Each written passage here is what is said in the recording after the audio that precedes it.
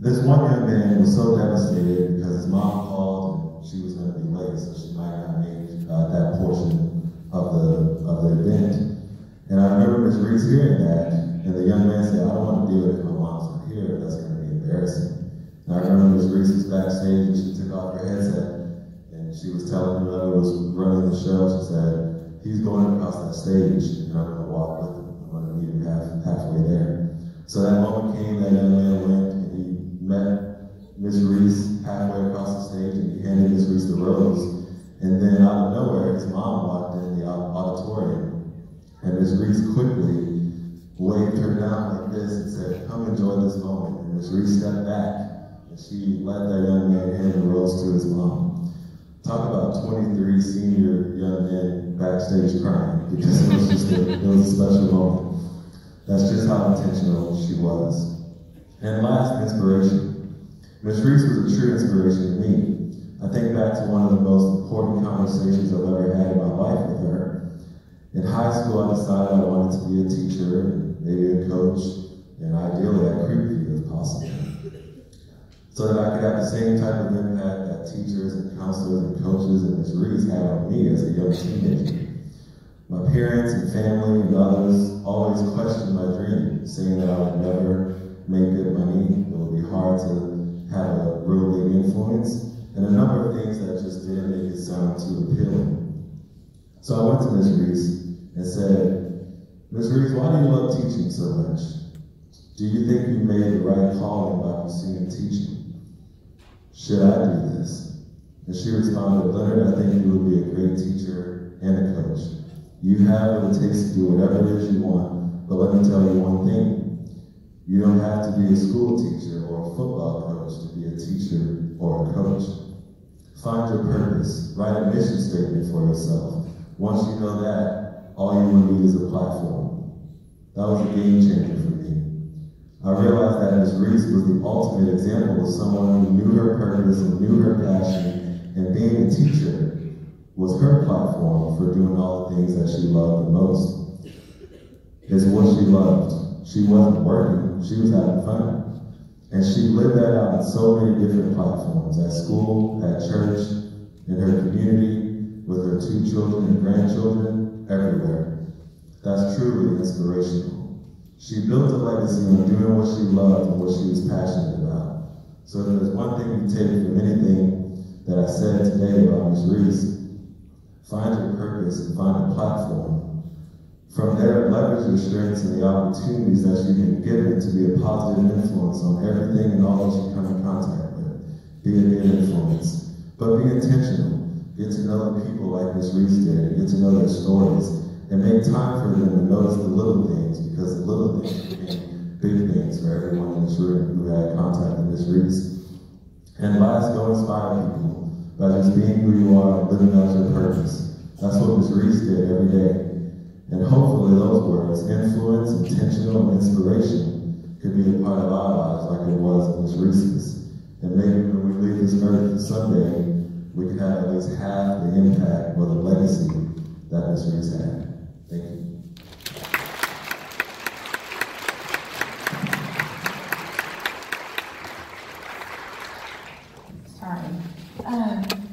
I was a student of Mrs. Reese's from 2002 to 2003, and although she touched my life in many ways by being a teacher, an amazing teacher, always having the biggest smile on her face, and always being a fan, whether I was in soccer, or music, or writing a paper, or whatever. She was a fan, and that was really important.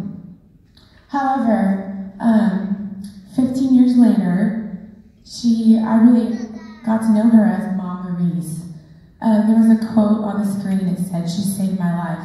I said that, and she did.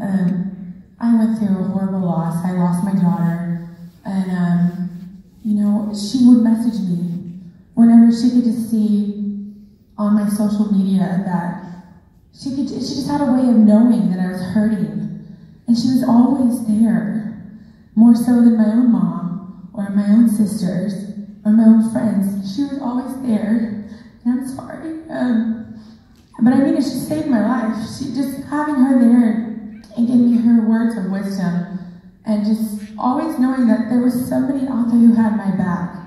15 years later, I mean, I wasn't a perfect person. I will never be a perfect person. But she loved, she cared. Probably more than anybody I've met ever in my life. And just having those messages to wake up to and to talk to her, and she would just talk me through it. I can't express to you how much that it saved my life, because there were days when I didn't want to go on. And I printed off a message that she wrote to me, and I've actually already sent it to Alex and Amy. But I just thought I would read it because it's her own words, so I think they're very important and fitting. It's just an excerpt, but it says, from Miss Reese, "What I've learned through every heartache I have experienced is that you grieve, and then you make an effort to, quote, pull yourself up by your bootstraps, as my dad used to say, and move forward. You are the only one you really have control of. Decide who and what you want to be, then go for it. We never completely get over our tragedies, but we can't let them suck us down like quicksand. Start by loving and forgiving yourself." And then she said, "You can do this, Kat." I just thought that was so huge, and I just wanted everybody to hear that from her mouth, from her words. She cared, and I think that's how we all deal with grieving her. So, and then I'm a singer, and so she sent a song. I would have liked to have sang it, but Larry Gatlin, "The Heart," and it's just about how you hurt, and you get it together, and you move on. So, Alex, Amy, your mom loved you guys so much. I know she did. I know you know that, and she loved her students, and she loved me, and the impact she had on my life, it saved my life. I mean that. So thank you, and I will love her forever. So God bless all of you. Thank you. Megan Kelly Bates, and I had the privilege of having Mama Reese as a teacher at R.L. Turner in 1994. A lot of you weren't born yet, I can see out there. So I started with American Experience, and you know, in true Mama Reese way, all of our projects had something to do creative, which was good because I'm a very visual learner and was terrible at tests, so she was the perfect teacher for me. And one of the first projects we did, for whatever reason, I chose to sing something, and after class she said, "Are you auditioning for the musical today?" And I was like, "No, I have no idea what you're talking about." She said, "Well, we're doing The Sound of Music." She's like, "You should just come." I said, "I haven't prepared anything." She's like, "Well, you're a music theater kid. You know Doe and Deer." And I was like, "Yeah, of course." She's like, "Well, come on." And so I was cast in the musical, and thus started literally the journey of my life, to which Amy and Alex were also cast in that show. Of course, Alex was 6 and Amy was, I don't know, 8, 10. And I then started babysitting for them. I would get pages from Mama Reese, because it wasn't cell phones, it was pagers. And she would say, I need someone to come watch Alex. You're the only one that can handle him. He probably doesn't even know this. So I was like, absolutely, drop everything. And so she said to me one day, she's like, "I don't know how you do it, but you're the only one that can come watch him. And when I come back, like, he's actually chill and asleep." And what she didn't know was that when I would first get there, I would tell him to just run around in circles. We would clean up the mess later, and I would literally, because he would just jump off of sofas and flips, and I don't even know where the energy came from. But he wouldn't stop, and I would just literally let him run until Amy would go in her room, shut the door, because she didn't like the mess. And then he would just pass out from exhaustion. And so that is how I handled Alex as a child. You don't even know that. Obviously my relationship with Miss Reese was very theater-based. And it wasn't until literally years later that I realized how much of an impact that she had on me and my personal life. And for every one person that gets up here and speaks, I know that there's 1,000 more that can come up and say how she touched them and how she inspired them. But I went on to get my degree in music theater, went to New York and did stuff. And most recently, the best way I can express my admiration for Mama Reese is a voice student of mine was just on season 15 of The Voice. And during her blind auditions, I was chosen as one of her people that she got to pick to go to her blinds. And Carson Daly was interviewing me. I know, all this gets cut, of course, because it's TV. And he said, well, you know, Claire brought you on because you are her inspiration and her mentor and the one that encouraged her to go after this. And he said, do you have someone like that? I said, absolutely. I said, Mama Reese. And he said, oh, was that your voice teacher? I said, no, that was my American history teacher. And he was, oh, okay. And I said, yeah, actually. And it was because she was that one person that encouraged me that 1 second in September of my freshman year of high school. And if that one moment hadn't have happened, that set up the course of my entire life. And so the only way that I can equivalate this, and you're gonna have to go with me on this one, is, you know, in high school when you have that class and they show you that chart about if so-and-so is in a relationship with this person, and they've been in a relationship with this person, and it's that domino effect about how if you've been with this person, then they've been with that person, and you've been with all these people. I know, I said you have to go with me, I'm stretching it. That's Mama Reese. If you take that one person who inspired this one person, who inspired these people, we have no idea the millions of people whose lives have changed because of her. Because of the spark that she showed one of us. And it explodes, just like that chart, just in a different way. And so, I know, like I said, you gotta go with me. And so, in true staying with music theater fashion, tomorrow night is the live show of Rent. And you start thinking, how do you measure life? Measure love. And if we could wrap the world in the love that Mama Reese had for everyone, the world would be a much better place. And one of the things that I admired the most about her is she was willing to listen to other people's beliefs. She also stood up for what she believed for, but respected what other people believed. And that is what is so missing right now in the world. And so I think that if all of, especially the younger generation, can take a minute and be more like her and be respectful and think about the fact, and it's okay to have different opinions, but if you do it in a respectful way, we're going to get things done in a lot better manner. And I know that that's what she believed and how she lived her life, and that's why she was such an inspiration to so many people. So just be more like Mama Reese. That's all I can say. Thank you.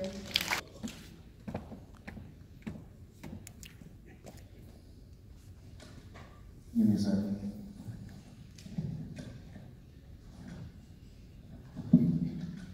I want to start off by thanking Andy for giving me this platform to speak about Mama Reese today. Mama Reese was a lot of things to a lot of people. She was loved among her students and fellow staff members at Creekview. Mama Reese wasn't the typical teacher. She had energy about her that made her welcoming, made her easy to talk to, easy to trust her. Hence why I quickly realized why we all call her Mama Reese. Mama Reese and I had a close relationship that, to be quite honest, I thought would ever transpire the way it did. She was one of the few teachers here that I trusted enough to open up to about life outside of school. And she was patient. And she was open. She never treated any of our conversations like they weren't important. She was the kind of person any kid would be lucky to cross paths with. And a lot of advice she shared with me I still hold close to my heart.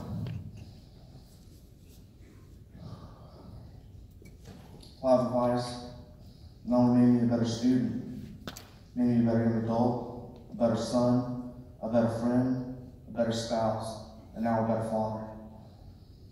See, my first experience with Mama Reese was my first pep rally freshman year. I was sitting with a group of friends close to the top, right behind the cheerleaders. And she walked towards the cheerleaders and said, "If you have school spirit, stand up." And had I not have been talking, I'd have heard that. But I didn't, and I was talking, and I wasn't paying attention, and I caught her sentence. And in one real big hoorah, I stood up with both hands above my head and gave out all the school spirit I had. Now, just saying, if you've never had the whole student body, including Mama Reese and all the faculty members, turn and stare at you all at once, Humiliation is the best word to describe that. After that day, Mama Reese tried to get me to join cheerleading, but I never did. She always used the reason, it's okay to do something out of your shell. And now that I think about it, she was right. Because I'd probably been a better cheerleader than I was a football player. Mama Reese taught me that it's okay to come out of your shell. Another good memory is when she convinced me to participate in Mr. Mustang, in which I wore a tutu and white leotard tights right over there.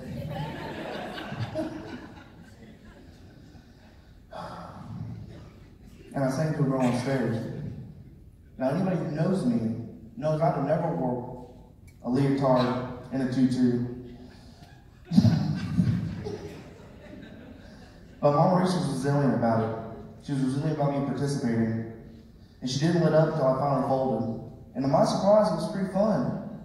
See, she originally wanted me to read lyrics to Baby by Justin Bieber, and I just wasn't going to do that. That was just out of the question. But wearing a tutu and white leotard tights was the second best option. Mama Reese, I wish I had the opportunity to say thank you for being a blessing in my life and sharing your wisdom with me. I know you're looking down from heaven and smiling, and I hope my words find you in good health. I pray that you're at home with our good Lord and Savior, you're in good health. I pray that when the day comes that others in your family are called home, y'all find each other in good health and y'all live peacefully in eternal love and peace. Although you're gone physically, you're not gone spiritually. Like the song Already There by Lone Star is sung, she's already there. Take a look around. She's the sunshine in your hair. She's a shadow on the ground. She's the whisper in the wind, and she's your imaginary friend. And she knows that she's in your prayers. She's already there. Rest easy, Mama Reese, and guide your family down the path that God intended for them. You'll forever be loved, and you'll forever be a Mustang. Thank you.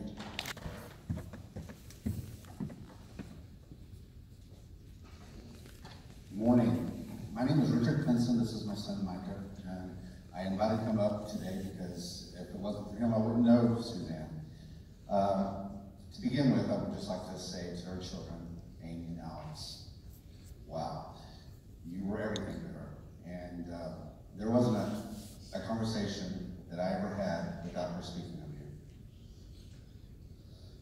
Everyone has a story. My wife and I and son just got back from Steamboat, Colorado, and went on a ski trip. On our way back, it was during that period of time that I knew that Suzanne probably would be leaving us. And so I posted something on Facebook, and I'm just going to read it because it pretty much tells the story of how Suzanne affected the Pinson family. Everyone has a story about Suzanne and how she touched their life. And I love knowing how Suzanne lived her life makes her eternity so much sweeter. I do believe her reward will continue to grow as the effects of what she had on people will continue. My story is I met this lady 8 years ago. My son, H, was 6 and was starting a toy drive for Texas Scottish Rite Hospital. Each year, Suzanne and her students would decorate the boxes. Michael would pass out. She took this kid of mine and made him feel like $1 million. She would treat him to events such as riding the Creek News Parade up front with her, letting him tell of his toy drive at the homecoming pep rally, to bringing him on the field during the halftime at homecoming games. She introduced Micah to her daughter, Amy, who got involved with his cause. This started in 2011. In 2017, we received the news Micah had won the Governor's Award that Suzanne had nominated him for. This letter she wrote to nominate him will forever be attached to my soul. In winning the award, we got to have dinner with the governor at the mansion with the First Family of Texas. You can invite a certain amount of guests to the event. After grandparents, the next on the list was Suzanne. She accepted our invitation gladly. She said she wouldn't do this for just anyone because it took her away from a day with her grandsons. We felt very honored Suzanne rode with us to Austin, and it was 8 hours of going and coming, of laughs, and getting to know each other better. Of course, to know Suzanne is to know she was for every cause that would help someone or help nature. She said on the way down to Austin, and I'll never forget it, She needed to talk to the governor about some things.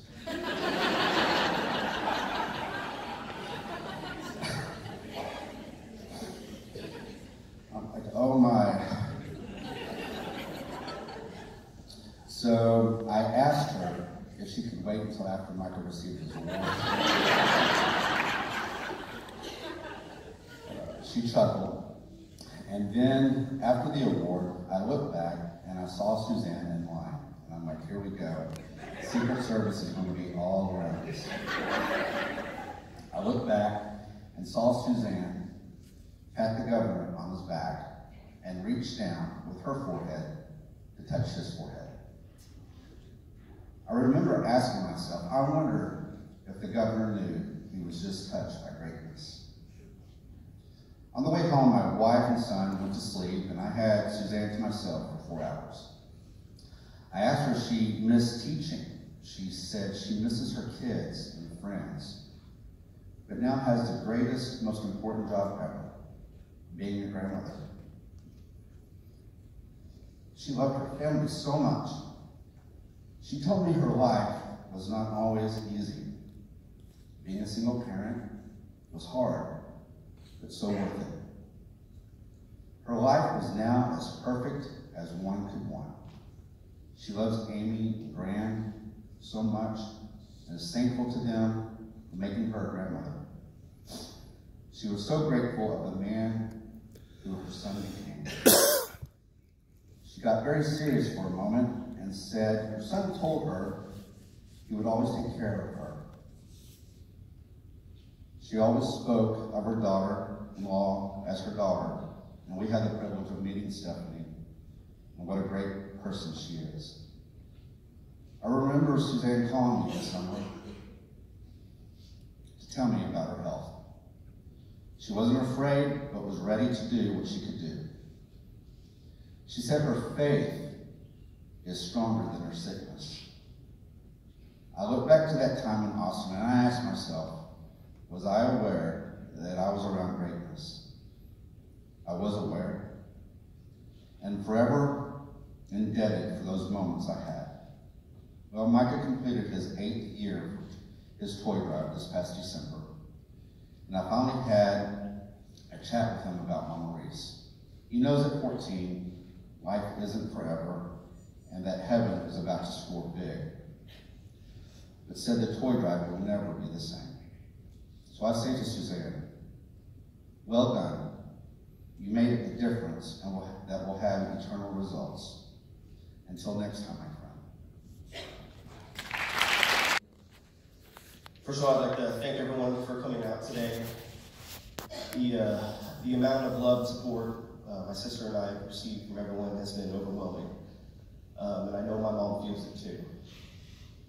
I'd also like to thank Creekview for letting us celebrate here today, the life of Suzanne. This place meant so much to her. This was her home, and she loved being here, and she loved everyone that had anything to do with a part of this. She loved her fellow faculty, her students, the parents, everybody. There was nothing that she wouldn't have done for anyone, and she never asked anything in return. I tried to be the same as my mom, but it's pretty big shoes to fill. But I know my sister and I do the best we can. I was honored to be able to be a student at the same place that my mom taught, because I got to see her in action every single day. I only got to have her as a teacher my senior year for leadership. She told me as a freshman she didn't want to teach me because she didn't think I would listen to her or pay attention. So she pawned me off and all the rescue teachers, so I'm sorry you'll have to deal with me.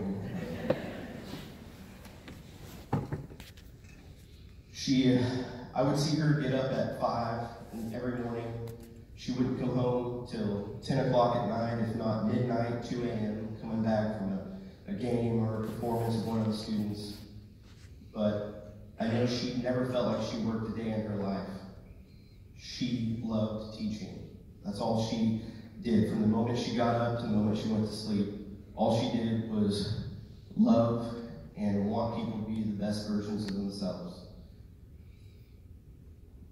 I know we all have our stories about Mama Reese, so I won't bore you with a lot of mine, because I know everyone has their own special moments with her. But I just want to say that I'm so proud of her and everything that she accomplished in life. I'm so thankful that my sister and I were able to share her with everyone else, and knowing the impact that she has on everyone and their lives going forward, it makes all this a lot easier. So I really appreciate it. Thank all of you.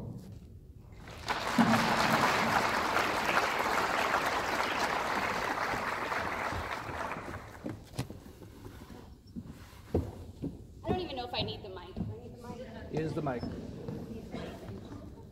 Okay, I don't do well with mics. I didn't prepare anything specific because you guys get too choked up. But anyway, I just kind of want to reiterate what my brother said and just really thank each and every one of you for coming today, for helping share in the celebration of our mom's life and everything that that she did in the 67 years that she was with us.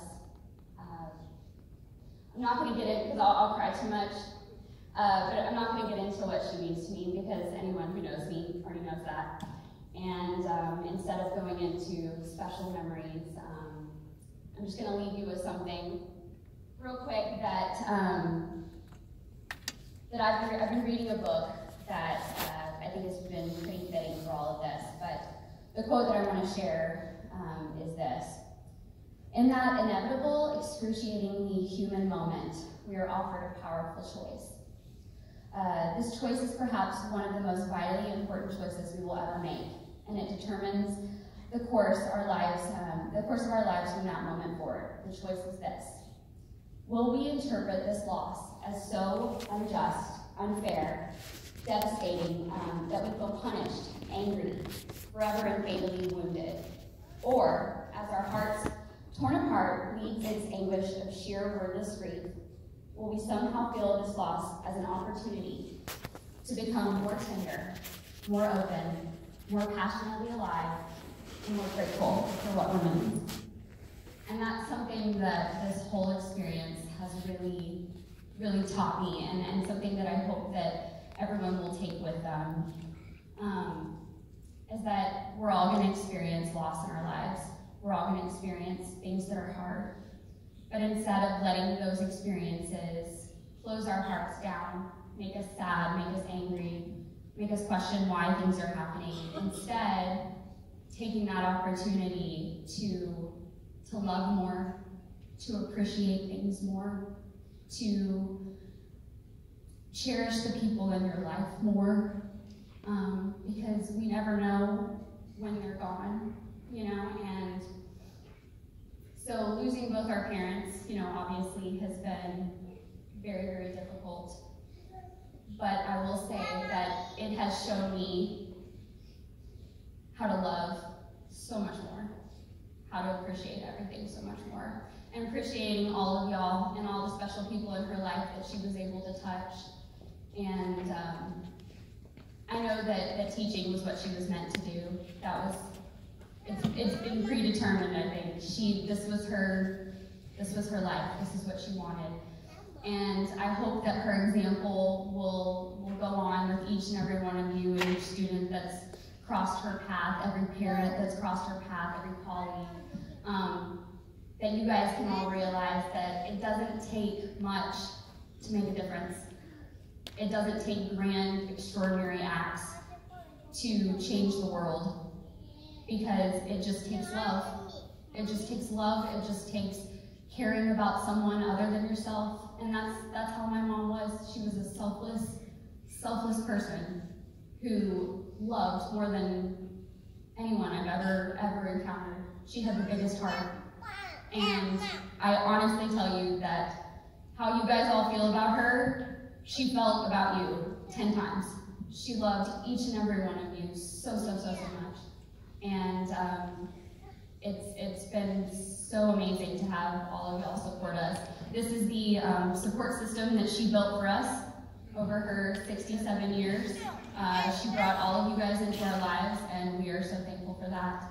all that love that she put out there is coming right back to protect and shelter us during these difficult days. So thank you so much for being here. I hope that you take away just a little piece of her love and let that guide you throughout your life, and hopefully we can all do the same thing and impact even more people with, you know, light and positivity and love. Thank you guys so much.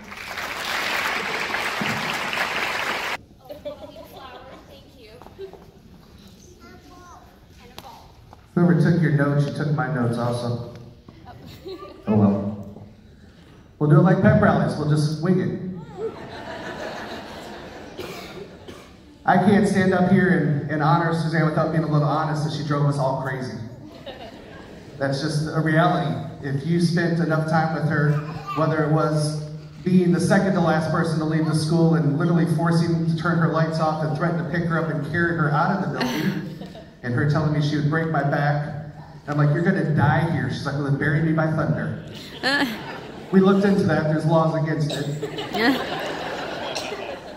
But we are going to do some kind of memorial on campus for her, as well as a scholarship memorial. So please be looking for that in the future. We got to remember that Suzanne wasn't perfect. Oh, she was so good. She was so kind. My last year teaching here, we had just had our 4th child in 3 years.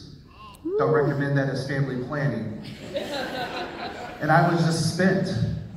I was exhausted. I was trying to keep up with her. And there was a football game that I had not missed a football game in a decade, and I was just, she just saw me get on the bus, and she's like, go home. I'm like, but I gotta be in charge of the Wranglers. Misguided directions at that time in my life. She's like, no, you don't. You need to go be a father. Go home and be with your wife. Go be with your kids. I can handle the Wranglers. She took on another thing. But when I was contemplating that year, stepping away from the classroom, it was really, really hard. And she was one of the people that gave me wisdom and gave me advice and talked to me about that influence I could have outside of the classroom. That fall of 2012 was rough. We lost Kit, a kid that was dear to her. And then we lost Carlos, and then we lost a recent alumni, Trey and Jeff, in a month. 4 kids that had been a part of Creekview were gone. And I could just remember her and I just hugging and wondering why. I'm a man of deep faith. I'm a man that doesn't have a lot of trouble accepting that God's in charge. But I gotta tell you, when I flew to Florida a couple weeks ago, and the day I get to Florida, I see Amy's post that Mom's not gonna be here much longer. I questioned why. I did say that's not fair, and I'm a person that's always counseling people on what fair is. That she went too early. But the reality is she lived a life knowing that she may not have another day. She lived a life of saying, I'm going to get everything out of every day I have, because the people I'm impacting are worth it.